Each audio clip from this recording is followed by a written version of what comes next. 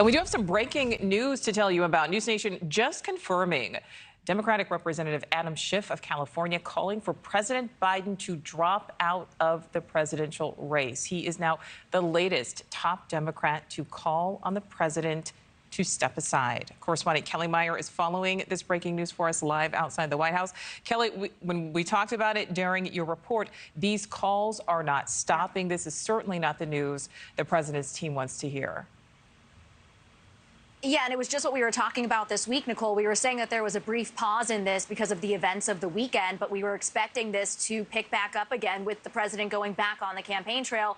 And now we're seeing it, including this statement from Rep. Adam Schiff. He is the most prominent elected Democrat so far to call on President Biden to what he says, quote, pass the torch. He's also running for the Senate seat in California. He also was the impeachment manager back when he was here as well. But there's a quote in this statement that I want to read for you. It says, quote, while the choice to withdraw from the campaign is President Biden's alone, I believe it is time for him to pass the torch and in doing so, secure his legacy of leadership by allowing us to defeat Donald Trump in the upcoming election. Now, it's interesting because Schiff was hinting at this weekend. There were reports coming out that he was with donors at a fundraiser and privately saying that he was fearful with Biden atop of the ticket that they wouldn't keep a hold of the House, or a hold of the Senate, rather, and that they would lose the opportunity to take back the House. So he was already expressing concern, especially for him running for the Senate in California. He wants to win that seat, and he's afraid that with Biden at the top of the ticket,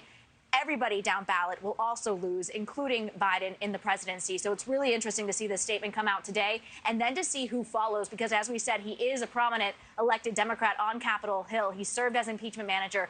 He has been in a lot of these briefings on intelligence as well. There's a lot that he does on Capitol Hill. He's very much in front of the camera. So it'll be interesting to see, again, who else comes out after this, Nichole. Absolutely. Kellie Meyer live for us there in Washington. Thank you for watching. Go to newsnationnow.com to find NewsNation on your television provider. And don't forget to click the red subscribe button below to get more of NewsNation's fact-driven, unbiased coverage.